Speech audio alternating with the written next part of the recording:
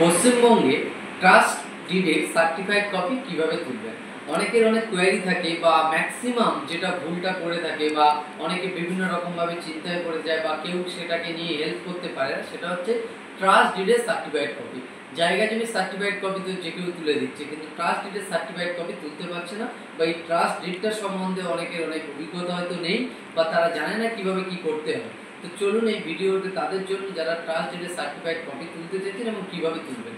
দেখুন, trust ডিডের certified copy এটা হচ্ছে বুক করে রেজিস্ট্রি হয়। তো এই বুক করে রেজিস্ট্রি করতে সার্টিফাইড কপি কিন্তু যে কেউ গিয়ে তুলতে পারে না।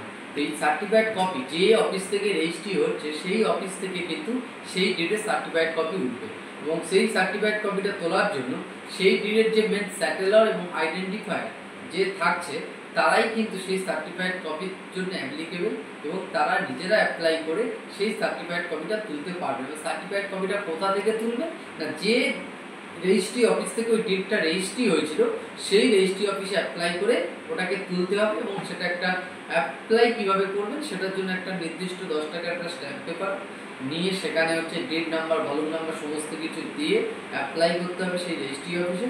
করার পরে তারা সেই ডিডের কপিটা বের করবে, করে সেখানে যে কপিটা সার্টিফাইড তুলে তারা সেই কপি কিন্তু তাকে দেবে এবং যাকে দেবে তাকে কিন্তু ভেরিফাই করে নেবে যে সে ওই ট্রাস্ট ডিডে স্যাটেলার আছে কিনা। তো এইভাবে আপনি কিন্তু আপনার সার্টিফাইড কপি তুলতে পারবেন বা যারা তুলতে চাইছেন তারা কিন্তু এইভাবে যদি প্রসেস ফলো করেন তারা কিন্তু ট্রাস্টের সার্টিফাইড কপিটা তুলে নিতে পারবেন। আর যদি আরও কিছু এই রিগার্ডিং যদি জানার থাকে তো কমেন্ট করুন, আমি চেষ্টা করবো আমাদের কমেন্টে রিপ্লাই দেওয়া বা আপনি চাইলে আমাদের হেল্পলাইনে যোগাযোগ করতে পারেন। আর অলওয়েজ সবাই ভালো থাকবেন, সুস্থ থাকবেন আর অলওয়েজ সতর্ক থাকবেন।